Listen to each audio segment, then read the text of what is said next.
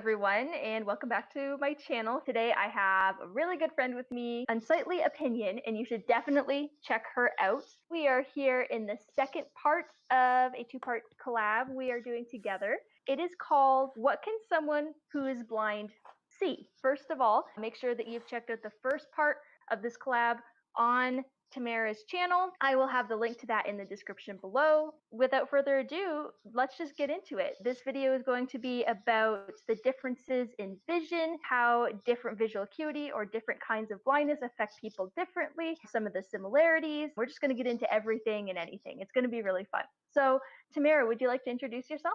Hi, I'm Tamara, also known as Unsightly Opinions, and Sky and I have been friends for about 10 or more years now, even though we've lived in different countries for just about that entire time. I'm really excited that despite our quarantining, we're able to do this collab, so. First of all, do you want to tell everyone about your eye condition and really what you can see in terms of your vision? So, that is probably one of the most complicated questions somebody could possibly ask me. The short answer is I'm blind.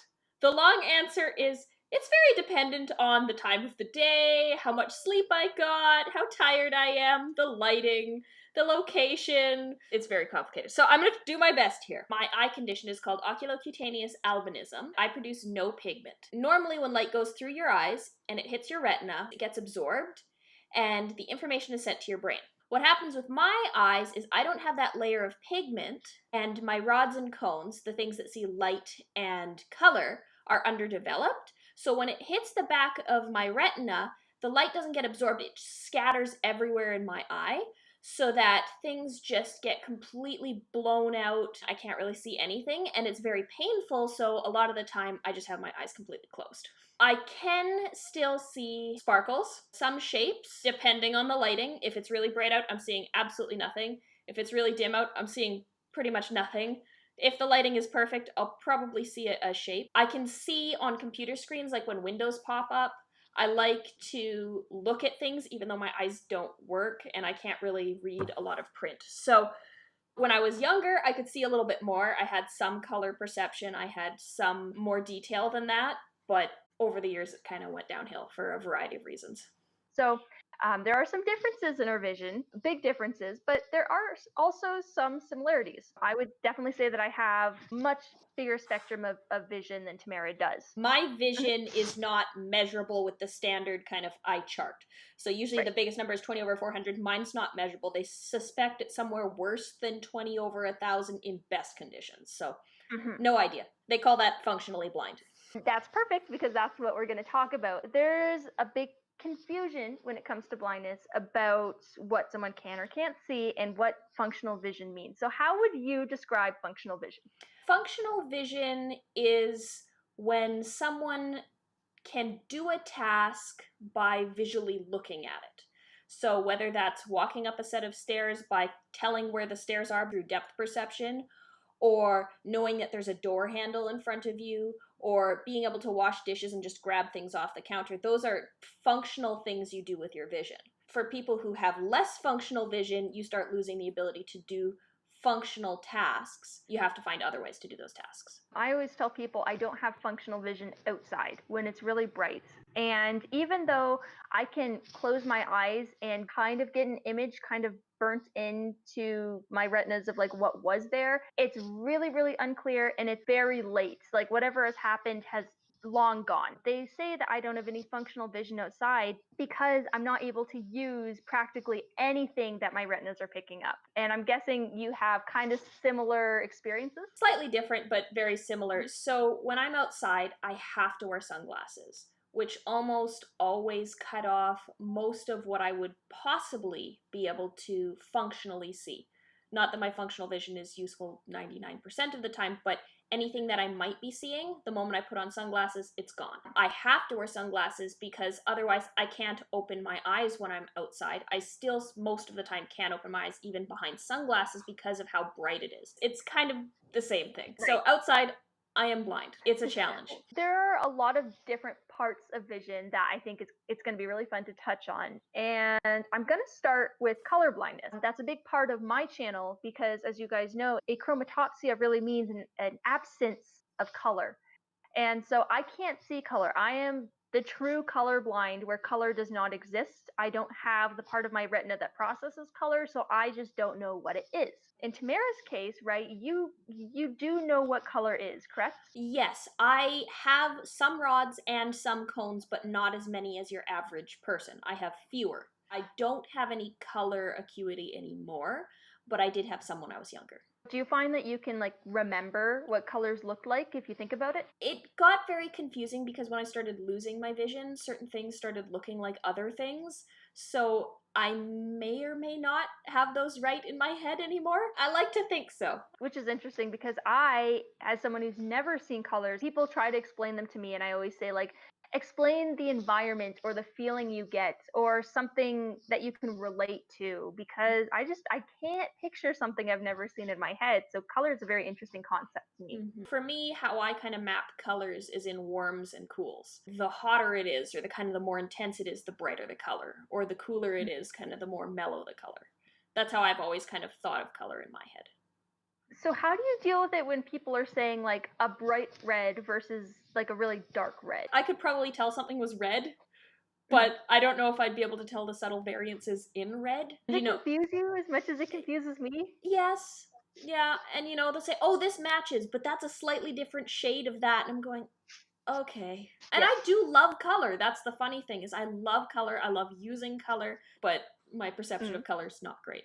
And then next is field of vision. Field of vision has to do with legal blindness, and I guess we should touch on that in this video as well. Legal blindness generally is visual acuity of 20/200 or worse in the best eye, and that's non-correctable, or it has to do with field of vision. Do you want to touch on that? Okay, so field of vision is the areas that you can see either to your sides or right in front towards your nose. I've never had peripheral vision. I've always had a very narrow field of vision, so like if something's out here on the sides, I'm not going to tell it's there at all. Even in the best conditions, I would never see that my hands are waving to the sides of my face. Whereas somebody with normal vision would be able to see out to the sides, even if it's not detailed, because you have less rods and cones there. I don't have very much of anything there, so I don't see that until you get very narrow in. And most people would assume, oh, okay, so you have black around the outside and then you see through a very narrow circle. Well, that's not it at all. For me, I just have nothing there. It's not blackness, there's nothing there. And then in the areas that I can get some perception, there's something. Right. With legal blindness, correct me if I'm wrong, but I think it's 15 degrees of vision or less. I think it's less than 20, and it depends on where you are. Okay, So, don't quote us on that. no, look it up yourself. But if you Yeah. have perfect vision in a portion of your eye, 15 degrees or 20 degrees or less, you're still considered to be legally blind because you're not seeing things in the peripheral. So let's talk about photophobia. Oh, my favorite. Both Tamara and myself are extraordinarily photophobic, but in different ways. As we kind of touched on initially, I don't have any cone cells, but my actual like irises and pupils and everything work normally. The only thing that didn't develop properly in my case was those cone cells.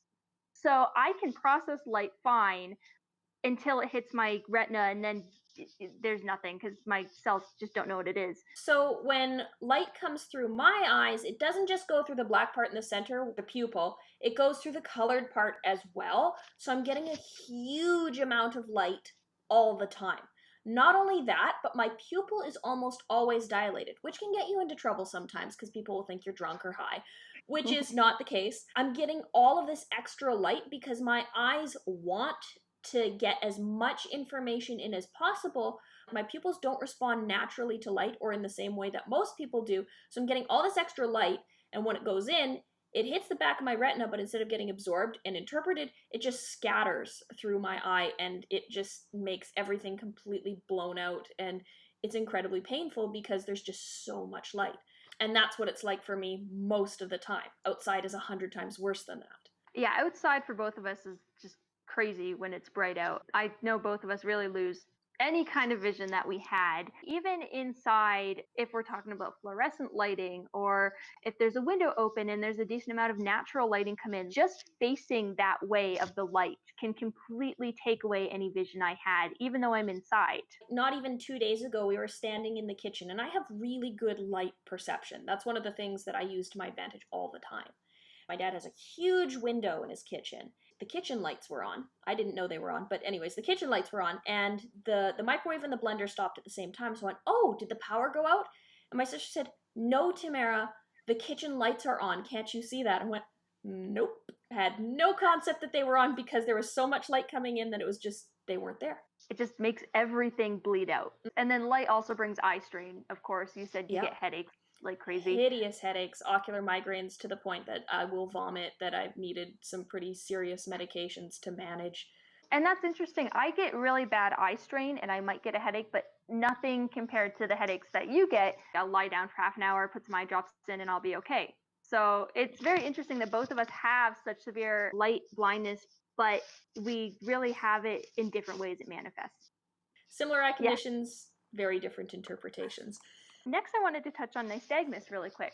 I'm sure that most people watching this video see that our eyes are most likely shaking. Mm-hmm. I went back in some of my videos and like I zoom it in. I'm like, oh my gosh, my eyes are going everywhere. And I don't know. I think I must freak people out. What is nystagmus? How does it affect your vision? I've never known what it's like not to have nystagmus. I can only give you the description that I was given by my eye care professionals. When your eyes are shaking, it's not because you're trying to get more information. Your eye and your brain aren't communicating properly. So what's happening is your eye is shaking trying to find a focal point, but it just can't anchor on anything. I've been told that a nystagmus can really affect someone's vision. It can make it a lot less focused or a lot less clear. It can make objects move. For some people, not for others. There's different types of nystagmus. There's back and forth. There's kind of circular nystagmus. There's angular nystagmus. There's ones that kind of go all over the place. Mine, I have very kind of back and forth nystagmus, but I also have nystagmus that kind of goes a little bit all over the place. And it's completely unconscious. Yeah, we definitely do not realize that our eyes are, going back and forth and jumping all over. So it's just something that your eyes do, even when you're not looking at something, which is really interesting. Completely. And you'll do it if you're anesthetized, if you're unconscious for surgery, your eyes will still shake. Just that problem with your brain and your eyes communicating. Right, which apparently can make eye surgeries really difficult in people with nystagmus. Yeah, I was told that based on not only my nystagmus, but some of the other things going on with my eye that I have, it would be almost impossible to remove the cataracts I have without losing what I have left of my vision. So they're just there. Let's talk about cataracts then. Yes, a lot of people think of cataracts as, having really cloudy eyes or having really glassy eyes or something that isn't really appealing or looks very different. But I don't think my eyes look that way. I do have cataracts and have had cataracts since I was about 8 or 9 years old. And they happen either because of clouding in the lens or because of micro tears, which cause little, I don't know if it's particle buildup or, light doesn't enter the eye properly. So it scatters it even more. I'm not entirely sure. I'm not an expert on cataracts, but yeah, no, I've had cataracts for a long time. So for me, it's like lights kind of blend together if there's lots of lights. So like if there was lights on a Christmas tree and you gave me a small area to look at, I wouldn't be able to count them. I could tell there was lots of lights, but not how many there are, if that makes any kind of sense. I do know that cataracts for some people can lead to complete blindness. Yes. In some cases. So if you aren't getting your eyes checked, go do that, because cataracts are the leading cause of blindness everywhere in the world. And it's fixable, very fixable. Please go get them checked. Go get them checked even if you don't think you have cataracts. It's a good idea. How about, did we touch on strabismus?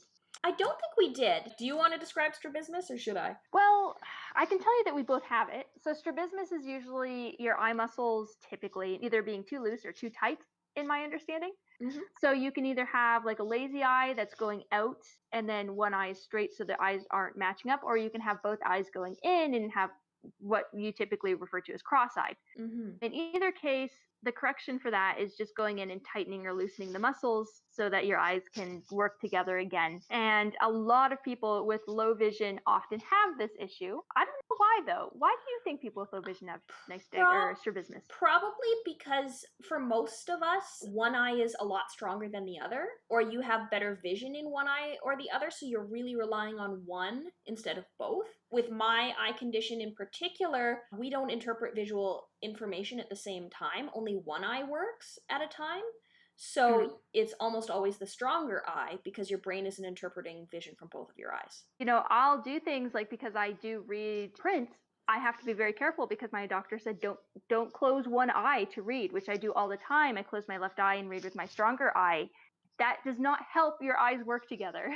So he said, you know, use them both, try to focus with both eyes, because if you don't work with that muscle, it's just going to get weaker and weaker. Of course. Next, we have astigmatism. How about you touch on this one? So astigmatism is where your eyes aren't necessarily curving correctly. Another common thing with people with visual impairments is their eyes don't have the correct curvature. So again, that affects how the light enters the eye, where it focuses on the back of the eye, and can affect your vision in a variety of different ways. So I know I have a very severe astigmatism. When I tried to wear tinted contacts, which a lot of people with achromatopsia do, we went and got them as curved as we could. We tried several pairs, finally got a pair that we could get in, and then they would fall out throughout the day because my astigmatism was so severe. So you have an astigmatism too, don't you? I do too, and again, I have no idea what it was because, you know, trying to, you know, wear glasses or try and correct what I can see is just not realistic. It doesn't help at all, so there's really no point. Yeah, because you said that the astigmatism can cause nearsightedness or farsightedness, and it is correctable to an extent, but sometimes your vision's so low that why correct it? Right. You know, it's not going to be corrected enough to make a difference. Right. So next, let's touch on progressive versus stable eye conditions. This is a tricky one because I ended up with, or they suspect I ended up with, I'm still waiting for the genetic testing. What I have is what's called a stable condition. I have oculocutaneous albinism, so that's a stable condition. Usually your vision does not change over your lifetime. I have my stable eye condition and I have my progressive eye condition.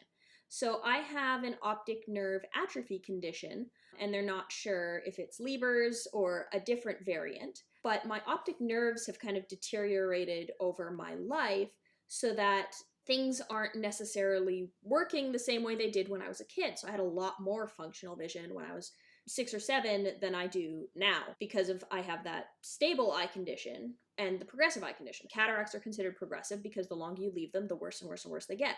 Atrophy of your optic nerve can be either stable, depending on the condition, or get worse and worse and worse and worse as you get older. So I had a significant vision drop, and then it's been relatively stable for the last 10 or more years. And do you guys think it's going to be stable as far as you're concerned? I would hope so. I like using what I have. Right. And in my case, of course, achromatopsia, it's just the retina not forming properly to begin with. So I was born with what I have, and it hasn't changed, and hopefully it won't. So it shouldn't. Achromatopsia is a stable condition. We do find when we're working with people, it is harder when the condition is progressive. As people lose their vision, I work with a nonprofit here in Nevada, and we work with a lot of people who are losing their vision, and it's harder for people to adapt when they have had vision and then they lose it. So it's kind of a trauma in a way. Of course. And it doesn't really matter what age you lose your vision. It's still a trauma you have to go through. Even if you had no vision, you adapt a lot better, but it's still something you have to work through and understand and accept and not be angry about, because I find that's the way most people I know who lose their vision go through a period of anger and sadness. And it is like losing a loved one. It is a period of grief. It's a trauma. We have a support group here, and I see it time in and time out of people coming in, and they need to vent, and they need to talk with other people who understand what they're going through. And there are other people, I promise. So if you guys are out there and you are losing vision, like, please go find resources, find help, find support, because there are people who will understand and be more than willing to talk with you guys. Let's talk about comfort level in using different tools to help with visual defects. So I think it depends on the person. I have met lots of people who would really benefit from using mobility tools or adaptive technology. but choose not to because either A, they're not accepting of their vision loss, or B, want to pass as sighted. And that's not a bad thing. That's just their personal idea of what's going to serve them best.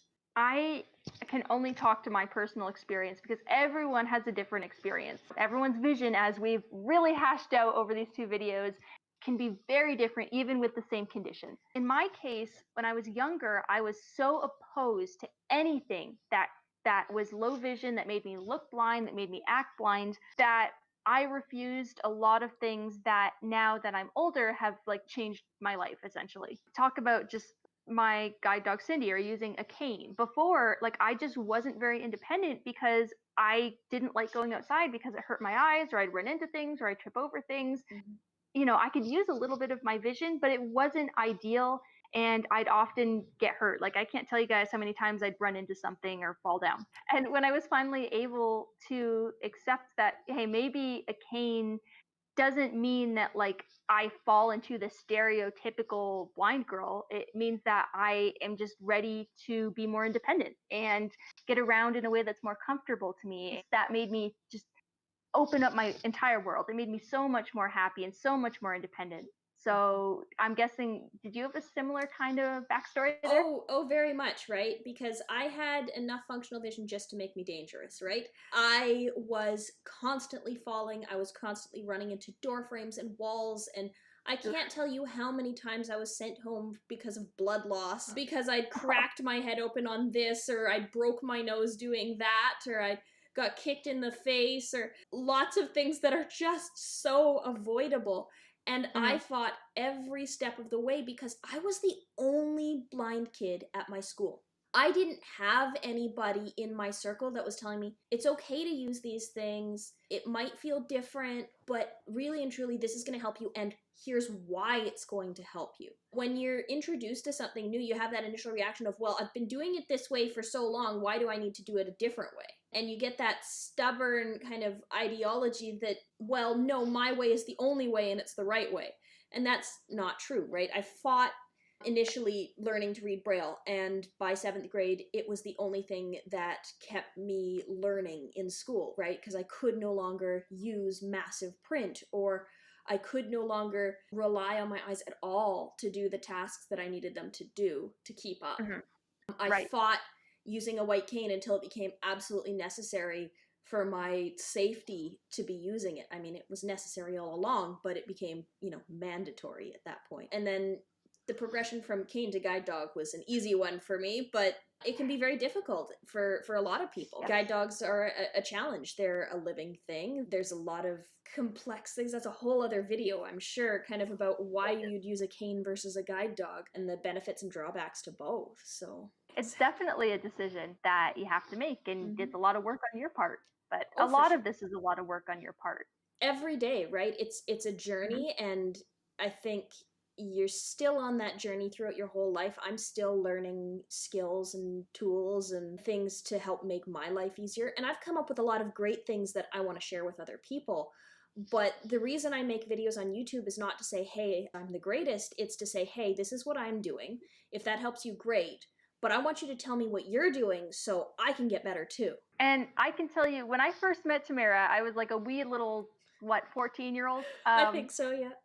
Yeah, and I was so excited because there was someone like in my community who like had a guide dog and was doing all this stuff, and I was like, oh, I get to meet someone else who's blind. And I was just starting at that point to accept using a cane and accept using low vision aids, and it was so inspirational to me to see someone else succeeding and like being so independent and using all of this technology and devices and things. So definitely.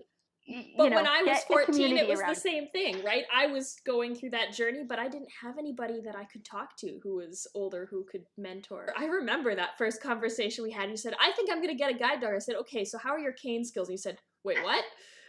I don't use a cane. I went, okay, you might want to work on that. Yep. Yeah, so. And that's so important. And because of conversations like that, that's what made me so independent today, where I've traveled across the country. I go all over the continent independently, and that's because I've been able to accept these tools. So And it's not just one person that helps you on that journey. It's hundreds of different people. It's sighted people. It's people in the community. It's people with other disabilities. It's just about everyone that you come into contact with can help you in some way, kind of learn something new about the world, or learn a new way of doing things that you probably haven't considered. So that for me is what kind of makes this all worth it. So I don't know, this turned into an inspirational video. Yeah, it did. Yay! But thank you guys so much.